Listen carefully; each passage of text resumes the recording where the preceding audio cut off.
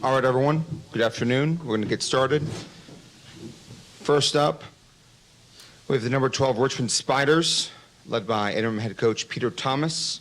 We also have senior forward Tyler Burton and graduate student forward Matt Grace. We're going to lead off with a statement from Coach Thomas. Coach. Well, I couldn't be more proud of our guys today. I thought we came in and we were on every part of the game plan that we had discussed and did it to a high level with quite a bit of urgency. I think the two strengths I think of our team are that we've been really resilient. So to bounce back after a really tough loss on senior night on Saturday and to come out with that fight to start the game was impressive. And then I also think our strength has been that we get contributions from a lot of different guys, and I thought that was certainly the case tonight. You know, we had some guys really have great games, but I don't think there was a guy that went in the game that didn't help us win that. Thank you, Coach. Now we're going to take questions for the student athletes only. If you have a question, please raise your hand. We're going to start right down here in the front. This is Ralphie, good nothing but that sports. So congratulations on the win. Thank you. This is a question for Tyler Barton. I just want to ask you, you managed to pour in like 28 points in this explosive effort, and you even managed in holding UMass to 38 points. Like, what went through your mind seeing the way this team gelled? Yeah, you know, it's March. You got to come out and you got to play every game. This is win or go home, so you got to do what you got to do to survive. Today we played well. Next, right here in the front. Paige Messier, Atlantic 10. To Matt or Tyler, you guys are used to being underdogs. Just take a look at last year. How does it feel to come out so strong and have kind of that underdog mentality? Yeah, I mean, last year we were kind of doubted for a while too. Had to play some teams that had already beat us a few times, so it's not something that we're not used to, and I think we kind of thrive in that setting. Back here in the front, John. John O'Connor, Richmond Times-Dispatch. Tyler, when the coaches chose their all-Atlantic 10 team and it was released this morning, you weren't on the first team. You were on the second team. I wonder if that played into your motivation in this afternoon's game. Thank you. I wouldn't say that played into the motivation of the game. You know, I'm just going to go out there with a lot of confidence in myself.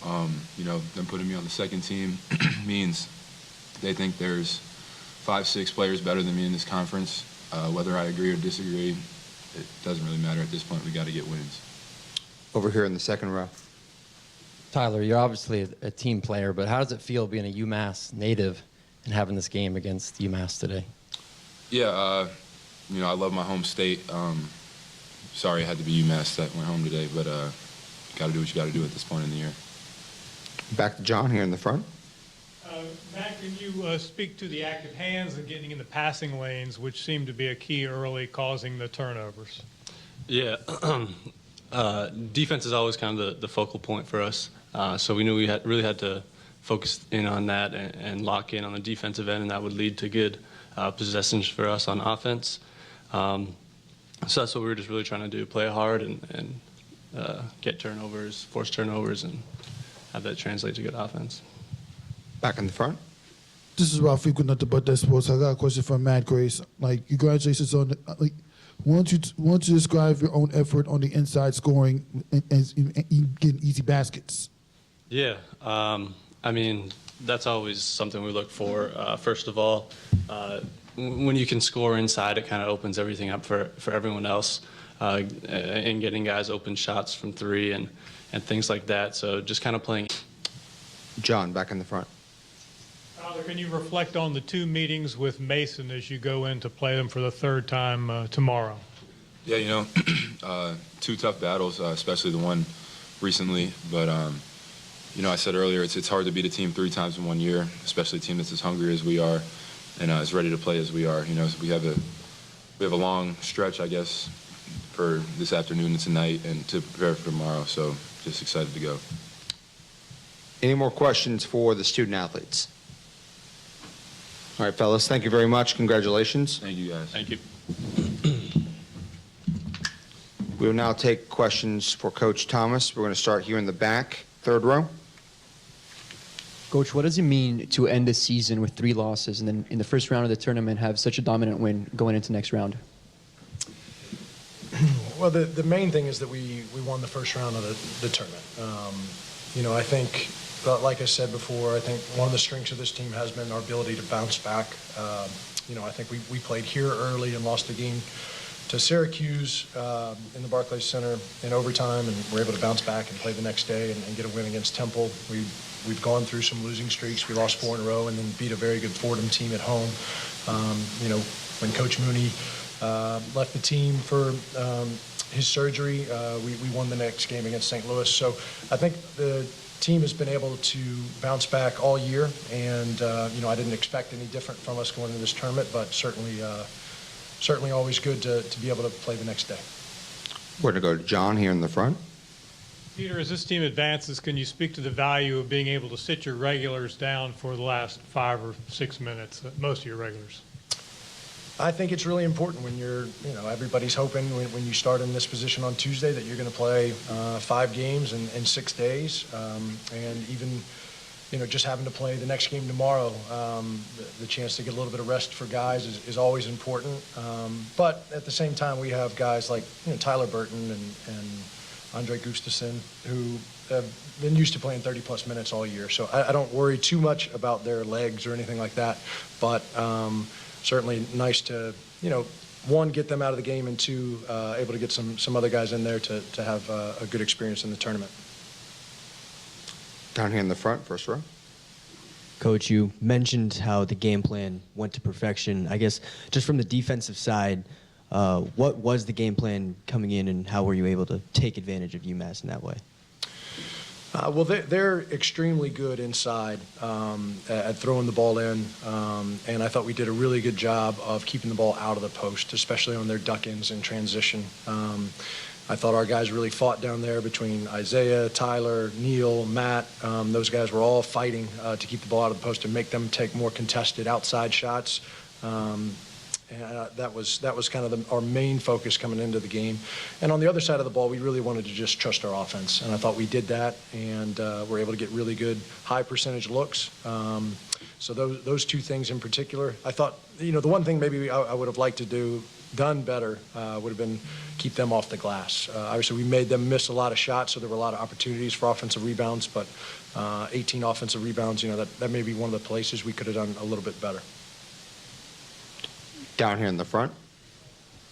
Hey, Coach, the next opponent you'll be facing George Mason. What can you tell me about how tough it is to play this team throughout this year, and what do you think is going to be different this time as you try to advance to round 3?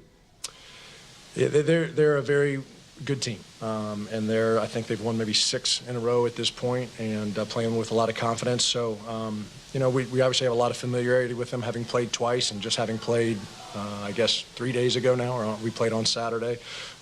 So another challenge for us. We've played 2 really close games with them. I wouldn't expect much different tomorrow. They pose a lot of challenges with Aduro inside, and Polite's playing at a high level right now. So, we'll have to be ready to go tomorrow. Another question, follow up here in the front. What can you tell me about the contribution that Tyler and Matt gave to this explosive offense in today's victory? Well, Tyler and Matt are guys that have been here for 4 and 5 years, and they've been in this position in the Atlantic 10 tournament, and obviously had a great run last year. So I knew they'd come in with a lot of confidence, and those are the kind of games I think that they are capable of. And when they play like that, we're certainly a much better team. But knowing that this was their last time around, and if you don't win, you're going home. I think they stepped up today big time. Appreciate you, sir. Good luck. Thank you. Any more questions for Coach? Back into the third row. Coach, being the reigning A10 champions, what is the mentality in the team like in terms of making possibly another run to win it again? Well, I think just having been in this position before so recently, all the guys just have confidence that you can make a run like that. As a coach and as a team, we're just trying to focus on the game in front of us, and that's how the A-10 tournament was won last year, by just focusing on the game in front of you. But I think coming into the tournament setting, just having done it so recently, there was just a different confidence, especially from guys like Tyler and Matt, who were such a big part of the run last year. Any more questions for Coach? All right, thank you, Coach. All right, thank you. Good luck tomorrow. Appreciate it. With today's win.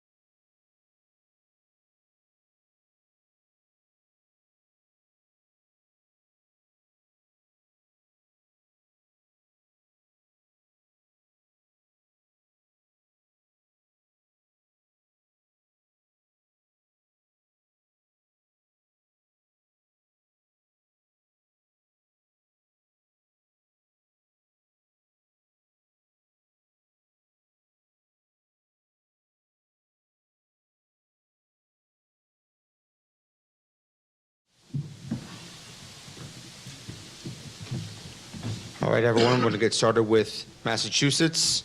We have with us head coach Frank Martin, along with senior forward Wildens Levesque and junior guard RJ Luis. We're going to start with a statement from head coach Martin and then move on to questions for the student athletes, dismiss them, and then have questions for coach. Coach. A lot of credit to Tyler Burton and Richmond, and obviously my thoughts go out to Chris, who's one of the really good people, coaches in our business, and you know what he's battling right now, and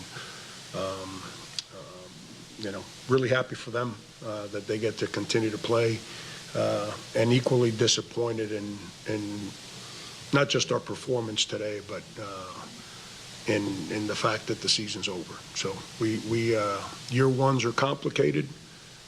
Year ones is kind of a discovery finding deal because everyone's trying to understand each other, and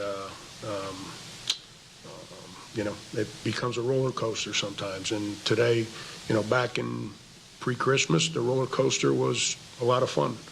And today the roller coaster is not fun, and but that's part of the stuff that we sign up for. We will now take questions for the student athletes. We're going to start down here in the front row. Please identify your outlet. Joey Aliberti, Massachusetts State Lake Collegian. I guess for both of you, Wildens and RJ, what is the emotion like on the bench or on the court as the clock winds down during that second half? RJ and then Wildens, please. I mean, it sucks. You know, we wasn't expecting to come in here and then lose by 30. So it's just really tough that we just had to end the season like that. And hey, it's just disappointing. Yeah, just piggybacking off of RJ, disappointing. You know, coming out there really trying to win and trying to stay focused and competitive and not really get our emotions out of the way and not, you know, buy into our emotions. You know, when the clock was winding down, you know, it was a lot. You know, really disappointed.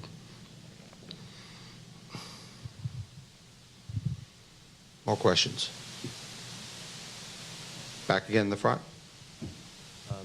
RJ, as a freshman, you obviously have years going forward, but what can you take away from a game like this and everything that went down to use for future games? I mean, I would say just sticking to our principles. I feel like we got out of line of ourselves and we weren't playing like how we were supposed to. And just staying within the team. And that's it really. I know you said like I'm a freshman, but like, you know, seeing the older guys, you know, they ended their season like this, it doesn't really sit well with me. But, you know, Coach Frank here, you know, next year we're just trying to just build up the program and try to take it back here as far as we can. So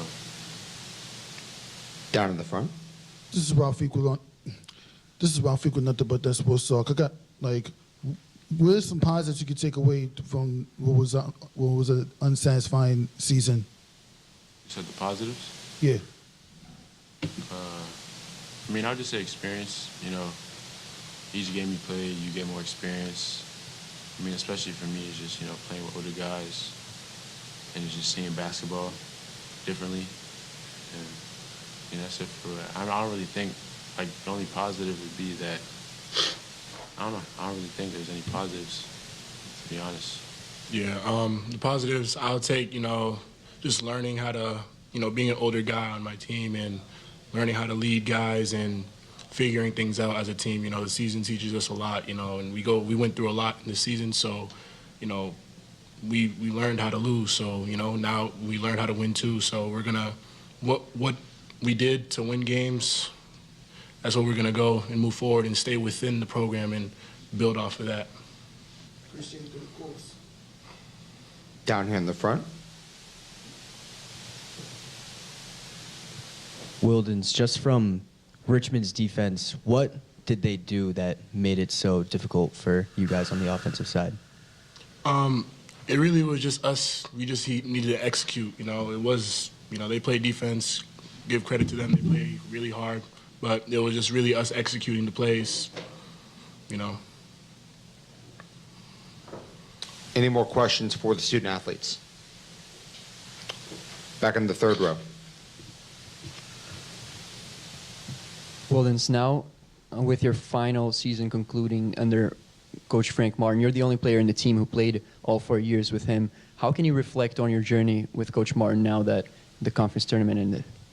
It's a great journey. You know, you learn a lot, and what I really took is, you know, what it takes to win, and that's the most important aspect is further than basketball and life itself, just what it takes to win the day, what it takes to win the year, season, whatever. Down in front, please. Any more questions for the student athletes? All right, thank you guys, appreciate it. You're now dismissed. All right, we're going to take questions for Coach Martin. Please identify your outlet. Any questions? Down here in the second row. Dean Wendell, Massachusetts Daily Collegian. Coach, you guys said 18 offensive rebounds today, 63 shot attempts. The looks were there. Where do you think in the offensive game plan kind of led you guys to sputter out?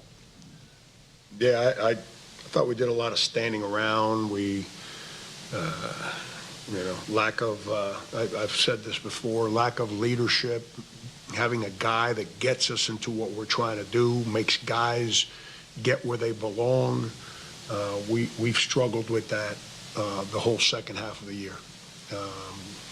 And part of that is all the, I'm not going to sit here and reference the whole season, but the in and out of practice, you're constantly having to tweak and change based on who's available to take advantage of their abilities. And, we ball didn't go in the basket, and with all that said, sometimes I say this all the time. Sometimes as a coach, you sit down and you're like, what are we doing? And somebody jumps up and scores. Somebody drives the ball, creates a foul. And everyone says, wow, what a great play. And as a coach, you're inside, you're saying, I can't believe we just did that. Because it's not what we practice. Today was a combination of both.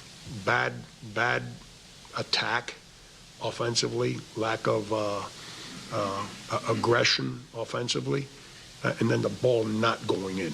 And eventually it broke our spirit. And, it's missing shots broke our spirit.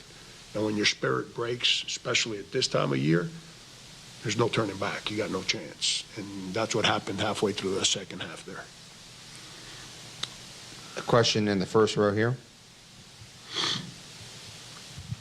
It's obviously minutes after the final game, but I guess if you could just look back on your first season as a whole, what can you take away from it going into year two?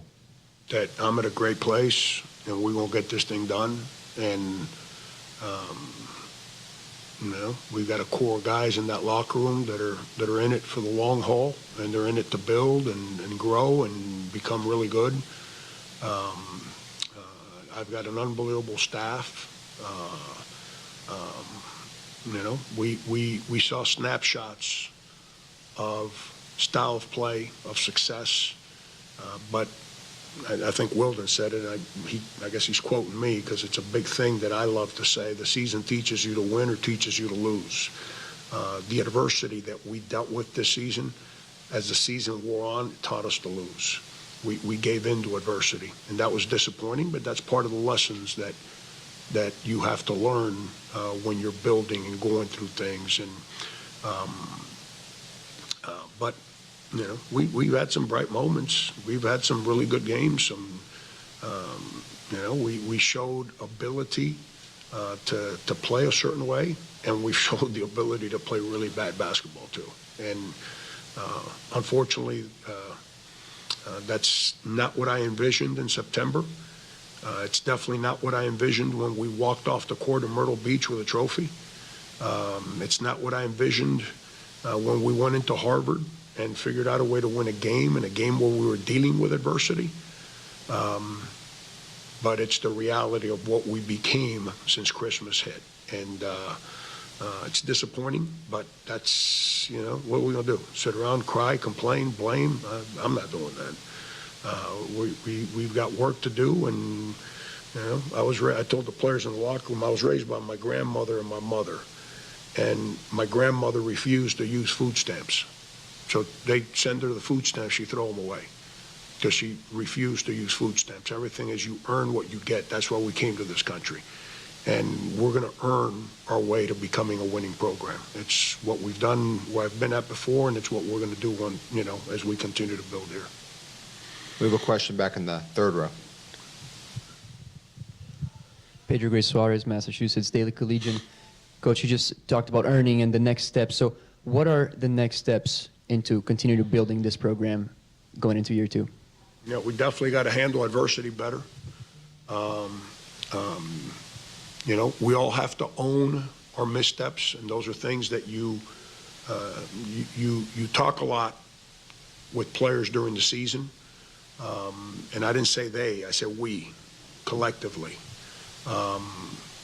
But now that the pressures of winning and losing games are out of the way, now we can really focus in on individual help to try and the guys, that core guys I'm talking about, to try and help them learn how to own. See, you can't own unless you're willing to elevate others, and to elevate others, you got to do your part. And if you don't elevate others, then you can't criticize others. And we don't comprehend that yet. And that's why when things get difficult with our team, we become a very, very quiet, lack of passion team. And that's because we don't comprehend how to manage that dynamic yet. So those are the things we got to utilize the off season, utilize the lessons this season taught us to reveal who our team was, and then manage the off season to build on those things. And then work ethic, man. We got to build our, we were at a really bad place last year with who we were physically. We got to go, commit to the weight room to a greater degree. There's a commitment that we've asked our players to make academically. You got to comprehend, it's not just UMass, the whole country. For 2 years, guys didn't go to class. They just sat in a dorm room and watched the internet. Well, now we have to, this year, and we're all going through it. This is not a Frank Martin, just UMass basketball team. Get reacclimated to the daily responsibilities of going to class. And I'm a school teacher. That's a big part of who I am. I don't circumvent that responsibility for guys because they're good players. But keep building, man. Keep working. Owning responsibilities, pressuring each other to hold each other accountable. Those are the things that we have to do. And that's what the offseason's for, so we can take that step forward. Not sit around and blame. The season reveals. So now what we have to do is help each other get better, not blame each other. And the ones that want to blame, them and me ain't going to get along. Excuse for the bad English, there were 8, but I'm not a blamer, I'm a fixer. I tell people all the time, my brain is wired to be a math teacher. Math teachers, what do? We solve problems. We don't blame, we solve. And that's the way my brain's wired. So all I know how to do is try and solve. So when I get around a blamer, I don't handle that real well. So we got to make sure we avoid that. Any more questions? Up, down here in the front. You've been with Wildens now for 4 years, and it might be the end, I guess. Can you just talk about what your relationship with Wildens means to you? Yeah, he's awesome, man. He's an unbelievable young man. I think Alan Edwards said it the other day, and this is Alan's first year around him, that I think Alan said it speaking about senior day. He said something along the lines that you hear people say this all the time, but if you ever want your daughter to marry somebody, Wildens is the guy. That's who he is, man. I felt real bad for Wildens this year. I didn't feel bad for him for 3 years at South Carolina. I felt bad for him this year. 2 reasons. Played hurt. Number 2, he had to take on a bigger responsibility than he's ever had as an individual player, and no one really helped him. And all he does is help people. See, Wildens is one of the guys on our team that understands help and elevating others. That's because it's important to me. So he's been with me for 3 years. But academically, That dude's a rock star, not with his GPA, with how he approaches it. In the weight room, rock star. He spent more time, him and RJ, the two guys sitting here, they spent more time in the gym by themselves shooting basketball than the rest of the players combined did. Just to give you an idea of the commitment that these two guys had to take on the responsibilities that they were both kind of, shouldering. And Wildens can be whoever he wants to be in life. I just wish that we would have had more help for him. So as he embraced more responsibility, he ended up getting engulfed. Because he's never had that much. He was always a secondary guy. Now he had to embrace, you heard what he said, leadership, and no one really helped him in that department as the season went on. And I felt bad because I didn't know how to help him. But I felt bad for him from that standpoint. But he's a beautiful young man. Any more questions for Coach? Follow-up. Just in terms of immediate future, now that the season's over, what are your next steps in terms of getting, or just whatever it is you might be doing? I plan to be the basketball coach at the University of Massachusetts. I mean, I'm not going fishing, I can tell you that. If I was prepared to go sunbathe and fishing and go back to what I tell people all the time, that I'm ready to go out the way I came, serving rum and cokes, in the Caribbean somewhere, I wouldn't have signed up for the job. I'm trying to get myself in a good mood. I don't know if you picked up on that. I took advantage of your question to make me feel a little bit better for a couple seconds. We're going to work. We're going to work. We're going to roll up our sleeves, and we got to, disengage from the emotion. The season's long and hard, man. Go look at a coach, college, NBA, it don't matter. What they look like at the season opening press conference, and go look at them what they look like at the season closing press conference, whether it's today or whether it's April 1st in the Final Four. Go look what they look like. It's the season's long and complicated and hard, but now it's a matter of disengaging from the emotions of the season and figuring out how do we build. We built. I know you guys don't see it. I know I see it.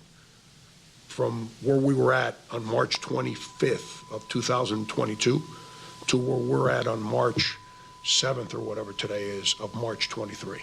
We've built. We've grown. Now the winning and losing isn't where it needs to be. Now we got to take another step to continue to. You don't fix by talking. You fix by working. And now we have to continue to invest in the young people in our program, to hold them accountable, to challenge them, to make their lives more difficult, not easier, so they grow. I use the weight room whenever I talk to players. I use analogies all the time. If you only go in the weight room and bench press 135, you're only going to bench press 135. But when you put 225 on the bar and you got to get that thing off your chest, that thing's uncomfortable. Well, you're not going to get 225 unless you put 225 on the bar and you continue to challenge yourself. So that means you got to build your body up and your mind to take ownership of that moment. That's where we're at right now. And that's what we got to use this offseason for. Thanks, Coach. Yep. Any more questions for Coach? All right, Coach Barton, thank you again. Appreciate you guys covering our team this year. Thank you.